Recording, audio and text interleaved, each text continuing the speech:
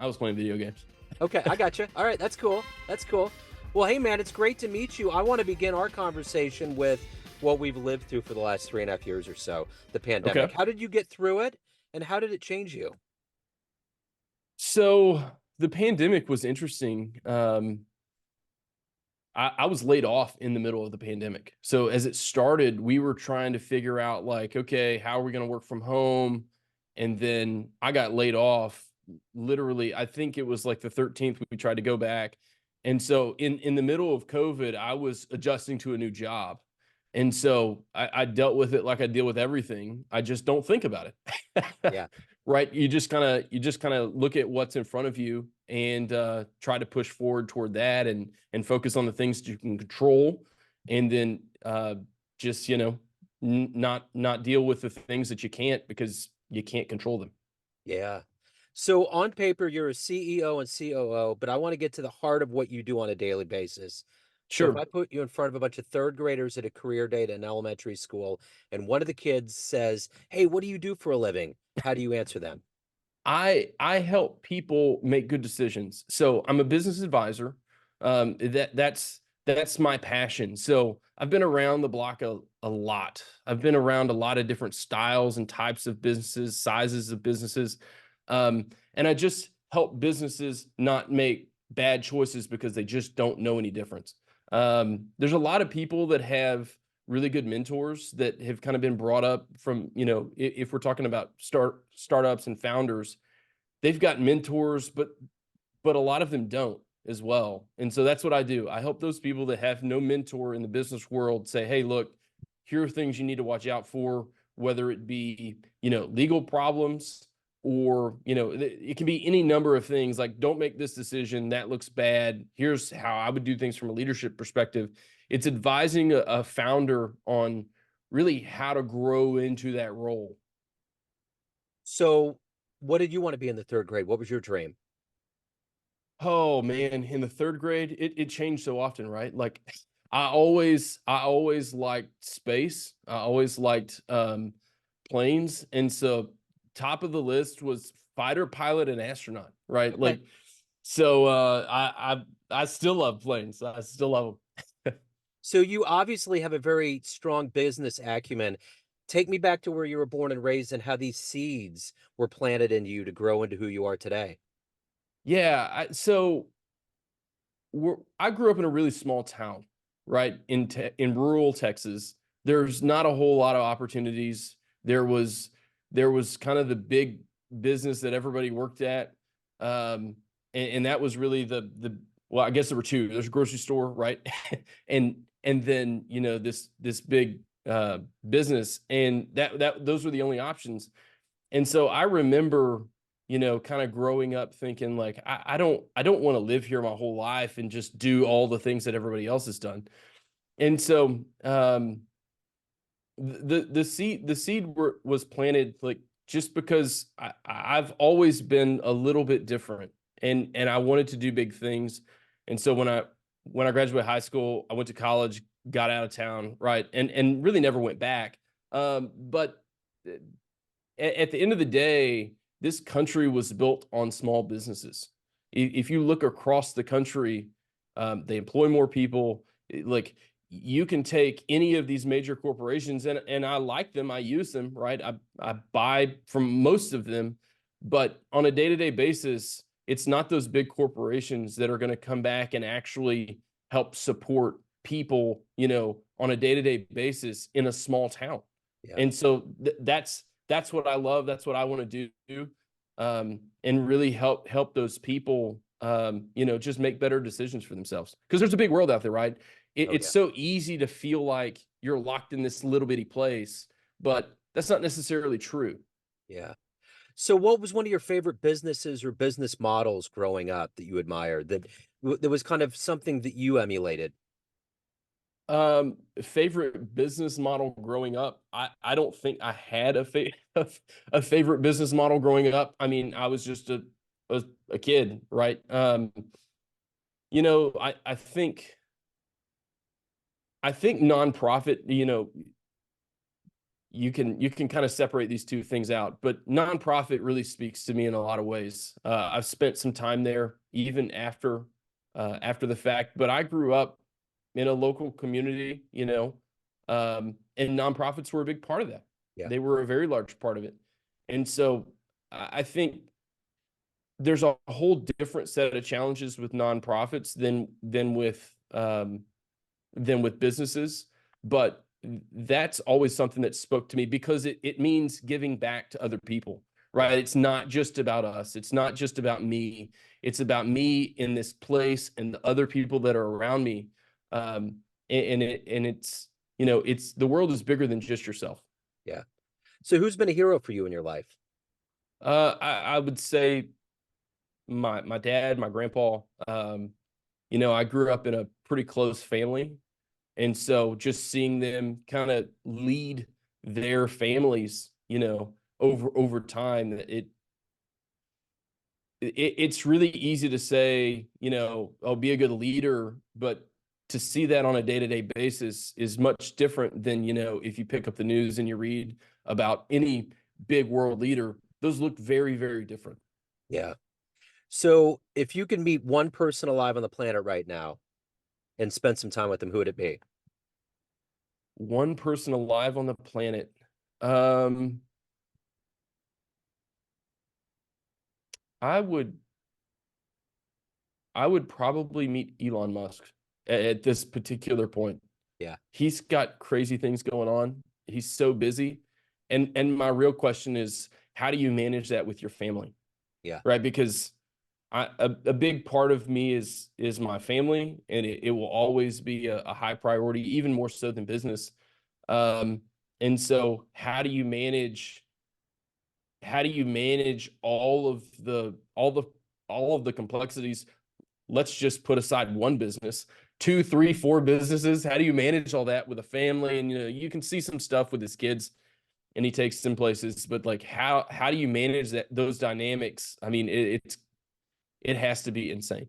Yeah, absolutely. So what is your drive every day to do what you do, to wake up and to be successful and to get things done and to help people? What is that for you? Right. So, um, I started my company, Catalyst Consultant Group, because I want to use my skills to share generously with others. That's it. It's not about success is so poorly defined, I think, in our culture today. But it's not about getting more and looking good and having all the nicest things. It's about building up the people around you. Yeah. And so that's why I exist. That's why I'm here. That's why I started this company. So what in that pursuit of helping people, that being your mission, what has been one of the best success stories you've been involved with?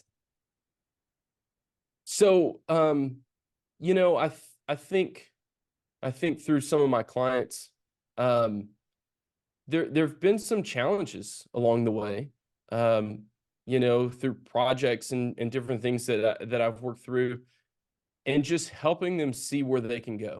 Right. So, um, it's really easy for a project or a founder to get lost in the day to day, but really, and I can't talk specifics on this client, but um, they have a really large vision of where they want to go, and helping them realize that is I think a big success. Um, because I think that I think that you can get muddied, you can get down in the weeds and get, be in kind of a what I call a chaos loop of just dealing with the next problem. And then as soon as that one's done, or in the middle of that when you're dealing with another one. And so helping them kind of step a little bit above that and see, hey, here's where I want to go. Let's remove yourself a little bit from um the those details, and let me take care of those. I will drive the team, and you can then really think about, high level things and what you want to deal with, kind of taking some of that responsibility on so they can think about those big things is a big deal.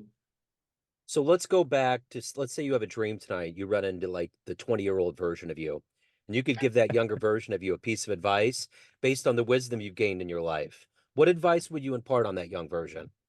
Oh man.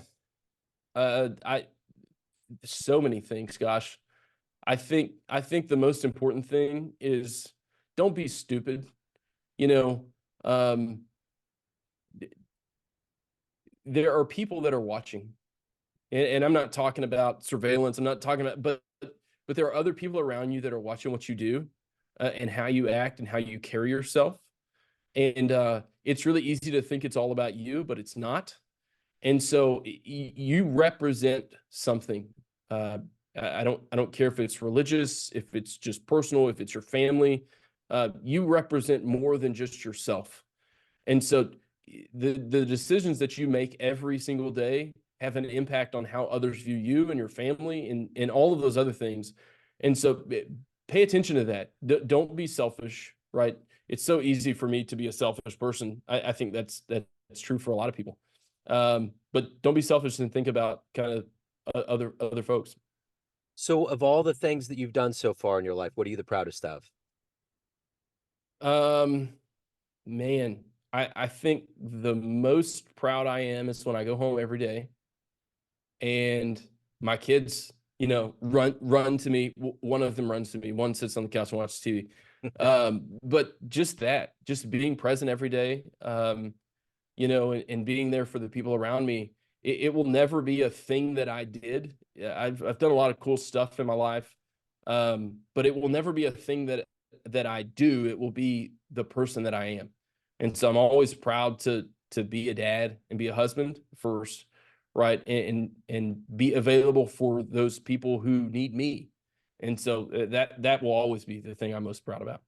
So, speaking of the person you are, everyone has a perception of you, your family, your friends, clients, colleagues, but you run the show. What's your perception of you? Who do you think you are? I think I'm just a big kid personally, Yeah. Um, I think every day, it's so easy to become the thing that you do rather than the person that you are. And so I think at the end of the day, I'm just a big kid. I want to have fun. I want to play games, right? Like that's what I want to do. And there are certain things I find interesting. I love puzzles, and that kind of fits into a lot of the solving business problems for people. Yeah. But at the end of the day, just, I'm pretty laid back and just a big kid who wants to have fun and play games.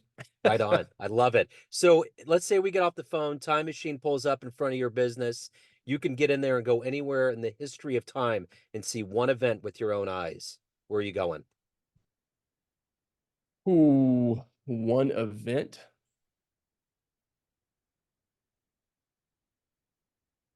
I I have no idea. I'm Okay. happy being where I am, man. Okay.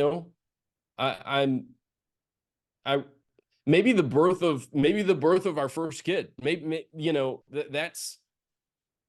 that was a big deal for me. It can be a period of growing up, having your first kid, but that was Yep. such a special moment Yeah. in time.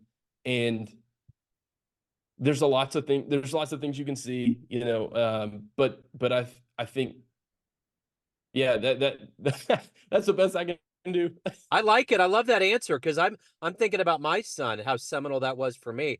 And it was almost an out of body experience. I remember calling my Yeah. dad and getting choked up and I couldn't even talk. I had to hang up. It's like there's so many emotions that flood through your brain in that moment. Like how can you capture it and mentally be there for all of it? So to be able to come back, like rereading a good book.